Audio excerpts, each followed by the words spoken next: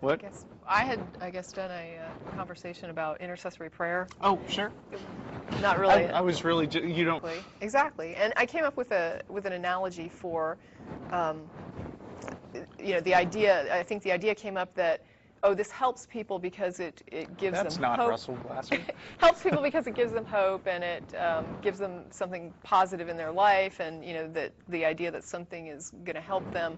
And I said, well, let's just say that I live in a city and I take an ad out in the local paper and I say that I'm a businessman with a load of experience, I'm retired, and I'm so touched by the economy right now and what's going on and all these people losing their jobs that I'm willing to, for free, help anybody find a job based on my connections and my experience with the economy and with business in the town. Mm-hmm. And all you have to do is, I live in a house outside the city, you have to drive an hour, come and meet with me, talk to me for 30 minutes, and then drive back. Give me your resume, a vitae, whatever you've got, and I will then use that to try and hook you up with some of my connections, get you work.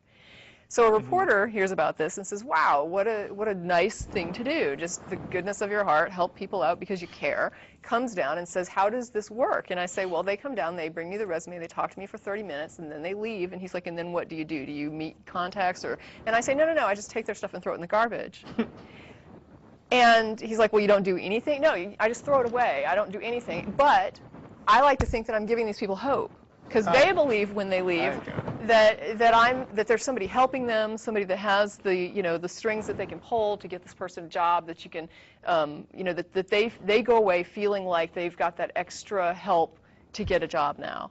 And who would think that I'm anything but an ass for doing such a thing? And even if it's just 2.5 hours of someone's time, does it? It's a cruel thing. It's a right. But who would defend that? If it was really being done to someone, you would think it was a cruel thing to do. But there is. But really, when you think of, like I was talking with somebody earlier about the idea of project management and using the prayer, in not just in terms of maybe somebody spending 20, 30 minutes a night, but using the concept of man hours, where you just take all the combined hours that are put in by people to do this, like prayer groups, prayer circles, and people that are praying independently, blah, blah, blah, and you put all that together and you say how many man hours are really wasted every year on people doing this instead of, when you're using an intercessory prayer where you're actually asking for assistance with something, this is a situation where you could be using that time to improve your situation, because that's exactly what you're trying to do with the prayer.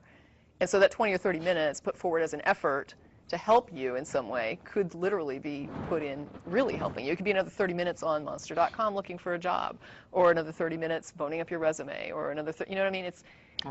That's significant when you're talking about 30 minutes a night for one person. But when you start adding up like millions of people, it's a huge wasted effort. Exactly. I mean, to say on intercessory prayer? Yeah, just that, and I added to my analogy the idea that churches actually will charge people by way of promoting tithing and saying that people have to tithe as part of their memberships, basically, so that when you join the church, you're money as well as tithing. So what if I, in addition to throwing out their resume, charged them for the service? Oh, yeah. And then I said, well, what about churches that teach that, for example, you can pray for your child to be healed, but you can't take them to a doctor? So what if, in addition to me taking these people's resumes, I said, you have to give me your money and you can't independently seek a job? And then I threw their resume in the trash.